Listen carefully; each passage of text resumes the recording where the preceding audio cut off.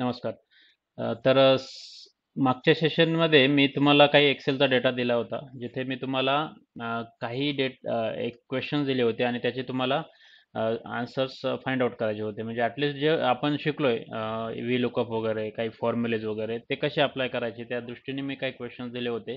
एम्प्लॉईचा related data होता, departments होते, त्यांचा इयर्स ऑफ एक्सपिरियन्स आणि सॅलरी, त्यांचं एज्युकेशन लेवल वगैरे अशा पद्धतीचा थोडासा डेटा होता. जवळपास डेटा म्हणजे आपला साधारण अम, हा जवळपास किती होता? बराचसा डेटा होता माझ्यामध्ये 201 रेकॉर्ड्स असतील. 173 वगैरे असे काहीतरी रेकॉर्ड्स आहेत. हा जो डेटा होता तर ह्या डेटामध्ये आपल्याला काय करायचं होतं तर ह्या डेटामध्ये आपल्याला मी काही 2-3 क्वेश्चन दिले होते की पहिल्यांदा आपण म्हटलं होतं की format the data as a table and give the table name as a salary. तर या टेबलला म्हणजे असं सिलेक्ट करायचं होतं तुम्हाला आणि त्याला इथं फॉर्मॅट होममध्ये इथे एक ऑप्शन असतो फॉर्मॅट ॲज अ टेबल हे करायचं होतं आणि याच्यातून कोणतं तरी एक फॉर्मॅटिंग सिलेक्ट करून आणि त्यानंतर आपल्याला त्याला इथे टेबल डिझाइनमध्ये याचं नाव द्यायचं होतं.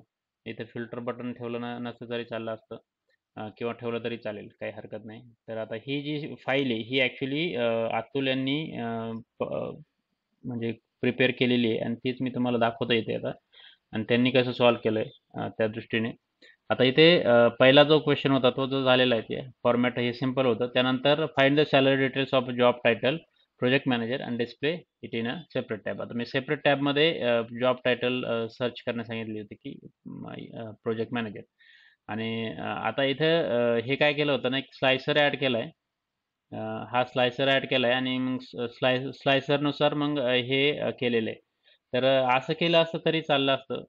म्हणजे चालतंय हे काही प्रॉब्लेम नाही. परंतु माझं एक्स्पेक्टेशन इथे असं होतं की आपण जे सम इफ वगैरे आहे ना ते यूज करून केलं असतं तर अजून इफेक्टिव्ह झाला म्हणजे अजून ते पण तुम्हाला एक सम इफची प्रॅक्टिस झाली असती. म्हणजे जे कॅटेगरीज म्हणजे सममध्ये आपण कंडिशन्स वापरतो ना त्या दृष्टीने. तर ते केलं असतं तरी चाललं असतं. हा एक स्लायसर ॲड केलेला आहे. स्लायसर इथे आपल्या ह्याच्यात भेटून जातो. इथे टेबल डिझाइनमध्येच इन्सर्ट स्लायसर म्हणून एक ऑप्शन असतो आणि त्याच्यात मग आपण ते ऑप्शन्स देतो. आता हे मी दाखवलं होतं त्या दिवशी कसं ॲड करतात वगैरे. तर आणि याच्यात मग हे जॉब टायटल प्रोजेक्ट मॅनेजरची जेवढे काही सॅलरी आहे ती इथे दाखवलेली आहे.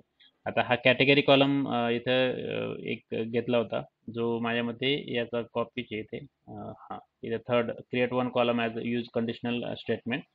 Years of experience is less than equal to 2 तर junior otherwise it is senior असं काहीतरी मी सांगितलं होतं इथे डिस्प्ले करण्यासाठी. तर ते केलेलं आहे. सिंपल आहे हे. आता इथं बघू शकता की ही कंडिशन आहे. If years of experience is less than equal to 2 then display हे ज्युनियर अदरवाईज डिस्प्ले सीनियर असं हे कंडिशनल स्टेटमेंट यूज केलेलं आहे.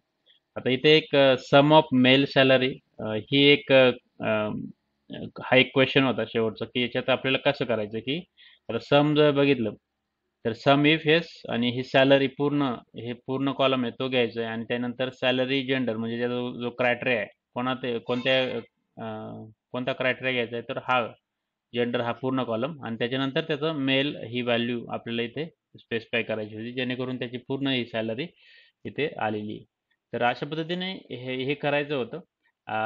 याच्यात आता इथं ही जे सम इफ येस आहे म्हणजे मल्टिपल म्हणजे आपण काय क्रायटेरिया देऊ शकतो ते यूज करण्याचा इथं पर्पज होता आणि त्यासाठी मी तुम्हाला हे सांगितलं होतं की मेल पर्टिक्युलर कॅटेगरीची सॅलरी इथे रिट्रीव्ह करा. तर हे झालं. याच्यात अजून पण काहीतरी अजून असं करता आलं असतं तर अजून भारी म्हणजे चांगलं झालं असतं की इथे एज त्यानंतर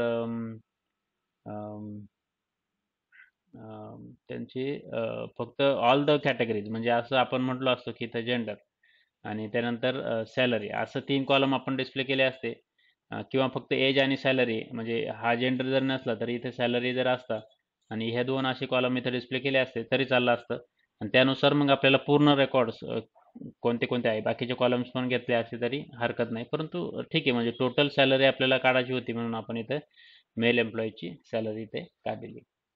तर हे झालं सम इफेक्ट्स. त्यानंतर आता एक व्ही लुकअप आणि एक्स लुकअप यूज करण्यासाठी सांगितलं होतं मी. आता ॲक्च्युली हे जे व्ही लुकअप आणि एक्स लुकअप आहे ना ते एकत्र यूज केले. मला अपेक्षा अशी होती की व्ही लुकअप सेपरेट यूज करायचं आहे आणि एक्स लुकअप सेपरेट यूज करायचं आहे. आता इथे हे जे आहे हे पण ॲक्चुअली इथं दिलेले आहे HR manager, financial analyst, project manager वगैरे. मला अपेक्षा अशी होती की हा जो कॉलम आहे म्हणजे हा बरोबर आहे. असा एक कॉलम आणि इथे मला आता लेट्स से इथे हां आणि त्यानंतर मला इथे काय करायचं आता जेंडर आहे. मग इथे जेंडर, एज्युकेशन लेव्हल, सॅलरी आणि एज हे असे. आता इथे हे जे आहे त्यासाठी मला काय करायचं होतं ना, की इथं एक एक्स लुकअप वापरायचं होतं. म्हणजे हे जे आहे हे जे आहे ते व्ही लुकअप पूर्ण व्ही लुकअपनी यूज करायचं होतं आणि हे एक्स लुकअपनी यूज करायचं होतं. आता इथं काय केलंय अतुलने, की याच्यात एक्स लुकअप वापरलाय, इथे पण एक्स लुकअप वापरलाय, इथं व्ही लुकअप वापरलेला आहे, इथं एक्स लुकअप वापरलेला आहे. तर हरकत नाही, हे बरोबर आहे उत्तर म्हणजे तसं काही प्रॉब्लेम नाही. परंतु आपल्याला डिफरन्स कळण्यासाठी वगैरे म्हणजे हे सेपरेटली केलं असतं तर अजून चांगलं झालं असतं. म्हणजे आपण इथे व्ही लुकअप वापरू शकतो. व्ही लुकअप लुकअप व्हॅल्यू काय करायची आपल्याला ही. ती कशात आपल्याला करायची या सॅलरी डेटामध्ये जी आहे ती आपली काय आहे की आहे ते ह्या पूर्ण ह्याच्यात आणि मग त्याच्यानंतर आपल्याला कॉमा द्यायचा आहे आणि इथे हे दिल्यानंतर कॉलम इंडेक्स नंबर व्ही लुकअपमध्ये कॉलम इंडेक्स नंबर आपल्याला द्यावा लागतो की हां हे आपण सॉरी व्ही लुकअप यूज करताना आपल्याला हे जे आहे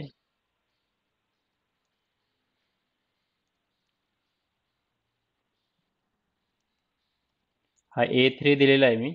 A3 हा देतोय आणि विग लुकअप करताना आपल्याला हा पूर्ण जो कॉलम आहे टेबल आहे तो आपल्याला सिलेक्ट करावा लागतो. म्हणजे इथून हा पूर्ण सिलेक्ट करायचा आहे आणि हा सिलेक्ट करायचा आहे आणि त्यानंतर आपल्याला व्ही लुकअपमध्ये त्याचं काय द्यायचं होतं आपल्याला तर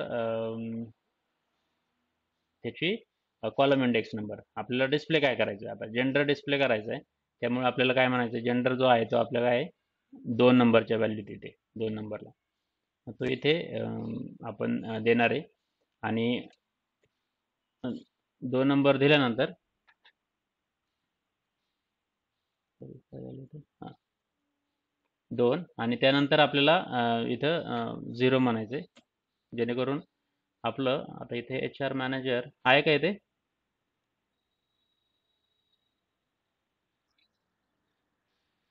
काय आलं? आहे ना? हां. मग हे आपलं माझं काहीतरी चुकलंय वाटतं. ही लुकअप इथं मी व्हॅल्यू दिली. एक मिनिट आता परत हे बघा. ही जी आहे ती लुकअप टेबल लुकअप व्हॅल्यू ही आहे माझी. त्यानंतर सॅलरी डेटाचा मी पूर्ण इथं हे घेतलेलं आहे. A22F173 हे बरोबर आहे. आणि आपला हा जो इंडेक्स आहे तो आपला सेकंड कॉलम आहे बरोबर आहे ना सेकंड कॉलम आणि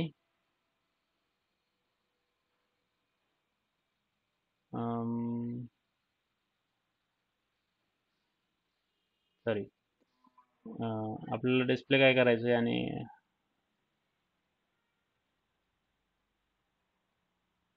रिटर्न रिटर्न ॲक्च्युली आपलं बरोबर आहे रिटर्न आपलं सेकंड कॉलम आपल्याला हे करायचं आहे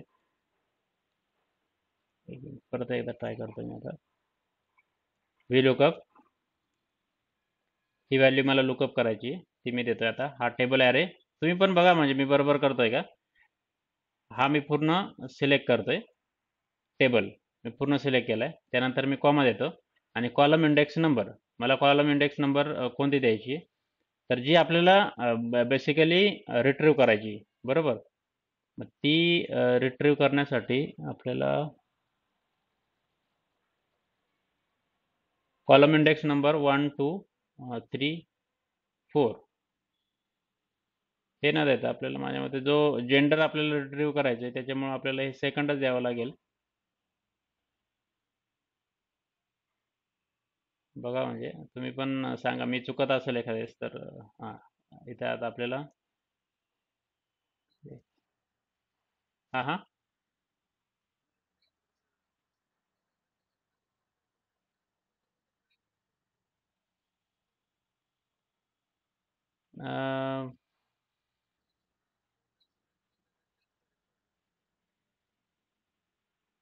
हे 170 पर्यंत 73 पर्यंत का जात आहे फक्त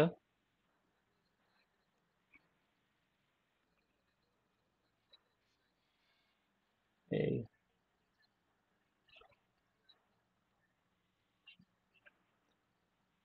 अच्छा. हम्म.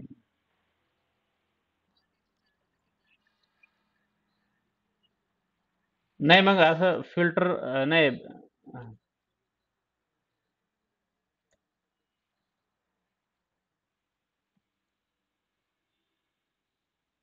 ब्लँक आता इथे मला दिसत नाही.